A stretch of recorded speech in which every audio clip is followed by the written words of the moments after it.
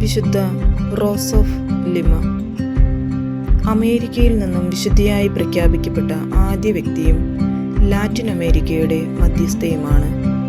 പെറുവിലെ ലിമയിൽ ജനിച്ച Isabella Flores the Oliva കഠിനമായ പ്രായശ്ചിത്തം, പാവങ്ങളോടുള്ള സ്നേഹം, പ്രാർത്ഥന എന്നിവയിൽ വിശുദ്ധ ജീവിതം നയിച്ചു.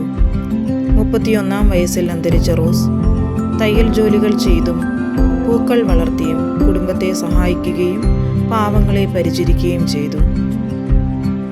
1586 ഏപ്രിൽ 20 പെറുവിലെ ലിമയിൽ സ്പാനിഷ് മാതാപിതാക്കൾക്ക് ജനിച്ചു.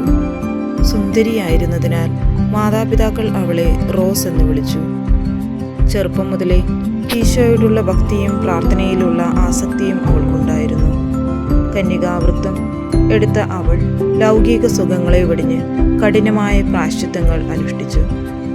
ഡൊമിനിക്കൻ 3-ാം സഭയിൽ അംഗമായി വീട്ടിലെ പൂന്തോട്ടത്തിൽ പൂക്കൾ വളർത്തിയും തുന്നൽ വേലകൾ ചെയ്തും അവൾ പണം സമ്പാദിച്ചു. ഈ പണം പാവങ്ങളെ സഹായിക്കാനും കുടുംബ ആവശ്യങ്ങൾക്കും പ്രയോഗിച്ചു. കുടുംബത്തിൽ നിന്ന് വലിയ എതിർപ്പുകളും പരിഹാസങ്ങളും അവൾക്ക് നേരിടേണ്ടി വന്നു. ശാരീരികമായ വേദനകളും ആത്മീയമായ ഒറ്റപ്പെടലുകളും 15 വർഷങ്ങളോളം അവൾ ക്ഷമയോടെ സഹിച്ചു. രോഗികളെ സുഖപ്പെടുത്തുന്നതിലും 1615 ഡച്ച് കടൽ കൊള്ളക്കാരിൽ നിന്ന് ലിമ നഗരത്തെ അത്ഭുതകരമായി സംരക്ഷിച്ചതിലും വിശുദ്ധ റോസിന്റെ മാധ്യസ്ഥം പ്രകടമായിരുന്നുവെന്ന് വിശ്വസിക്കപ്പെടുന്നു. 1617 ഓഗസ്റ്റ് 24-ന് 31-ാം വയസ്സിൽ അവൾ അന്തരിച്ചു. 1671 പോപ്പ് ക്ലെമന്റ് അവളെ വിശുദ്ധിയായി പ്രഖ്യാപിച്ചു. ഓഗസ്റ്റ് 23-നാണ് തിരുനാൾ ആഘോഷിക്കപ്പെടുന്നത്. വിശുദ്ധ റോസ് ഓഫ് ലിമ തുന്നൽക്കാരുടെയും തോട്ടക്കാരുടെയും കുടുംബ പ്രശ്നങ്ങൾ അനുഭവിക്കുന്നവരുടെയും പരിഹാസങ്ങൾ നേരിടുന്നവരുടെയും മധ്യസ്ഥയായി വണങ്ങപ്പെടുന്നു.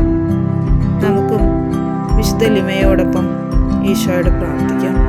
വിശുദ്ധ ലിമയെ പോലെയാകാൻ നമുക്കും ശ്രമിക്കാം. ഈശോയുടെ കാരുണ്യത്തിനായി നിരന്തരം നമുക്ക് പ്രാർത്ഥിക്കാം. കരുണയുടെ ഈ അവസാന മണിക്കൂറുകളിൽ നമുക്ക് നമ്മെ തന്നെ ഒരുക്കാനായി വിശുദ്ധ റോസ പുണ്യവതിയെ നമുക്കൊരു മാതൃകയാക്കാം.